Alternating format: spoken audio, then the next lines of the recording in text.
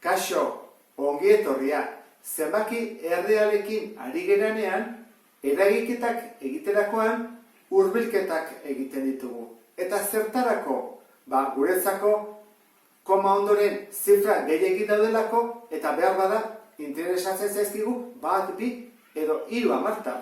Orduan, hurbilketa horiek egiterakoan, ze gertatzen da, erroreak ditugula. Horregatik, hemen ditugu 2 ideia. Bada, errore absolutua eta bestea errore erlatiboa. Errore absolutua da, zenbakia eta guk hurbilketa ondoren hartutako zenbakien arteko diferentzia. Honek ez edo absolutua, gogoratzen zera. Ni bali badut horrela, 3 ken 7 da -4. Baina absolutua denez, emaitza da 4. Kentzen dugu ikurra. Eta errore erlatiboa da, errore absolutua bali badugu, egiten dugu zenbakiarekin zatiketa eta horren emaitza. Hor ikusi daiteke errore erlatiboa handia den edo txikia den.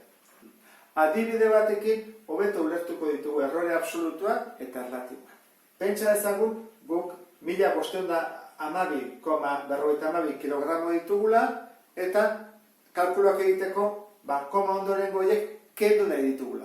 Hora, 2 motatara egin daiteke, ez da? Bat da, biribiltzea. Koma eta gero zer dugu 5. Horban, biribiltzerakoan, bat erantzi bat zaio, azkenekoari, batekoari. Horban, biribilduta, izango litzake 1513 kilogramo. Baina, eten egiten badugu, ze beste kaso batzutan, eten egiten da, koma ondorengoak denak kentzen dira adibidez, eta gelditzen zaigu 1512 kilogramo. Ikusten duzun bezala, hurbilketak desberdinak dira. Hau da, 1513 eta hau da 1512. Hau da, zenbaki erreala. Errore absolutua nola kalkulatzen da? Hemen jartzen du bezala, ni jartzen dut errore absolutua, berdin, balio absolutua. Zenbakia hau da, 1512,52. Kendu behar diot, hurbilketa, 1513. Kenketonen emaitza, -0,48 da, baina absolutua denez, jarri bako dugu 0,48. Eten dugunean, zen da bere errore absolutua? Jarriko dugu baita ere, zenbakia, 1512,52, ken, etetzerakoan, hau da, 1512. Zenbat gaitizen da, 0,52. Ikusten duzu bezala, etetzerakoan, errore absolutua handiagoa da, eta biribiltzerakoan txikiagoa. Horren, errore erlatiboa kalkulatuko dugu. Egiten da erantara. Errore erlatiboa berdin. Errore absolutua zen izan da? 0,48.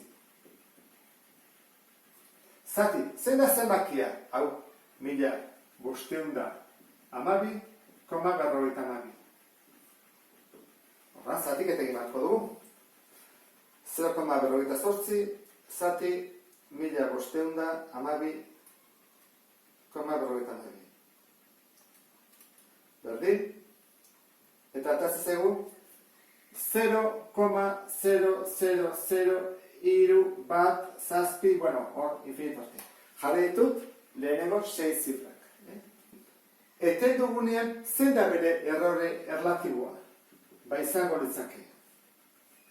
Bere errore absolutua, zati, zenbakia dela 1512,52. Horran, zatik eta egin batko dugu. 0,52, zati, 1512,52. Berdin, 0,000, iru lau, eta gero biribiltzen badugu, jarreteke lau ere bai, edo iru. Nahi den bezala. Ikusten duzu bezala, hemen errore erlatiboare handiagoa da beste kasunetan baino. Adibide honekin, ulertu duzulakoan nola kalkulatzen den errore absolutua eta errore erlatiboa, agurtzen naiz. Beste bat arte, agur.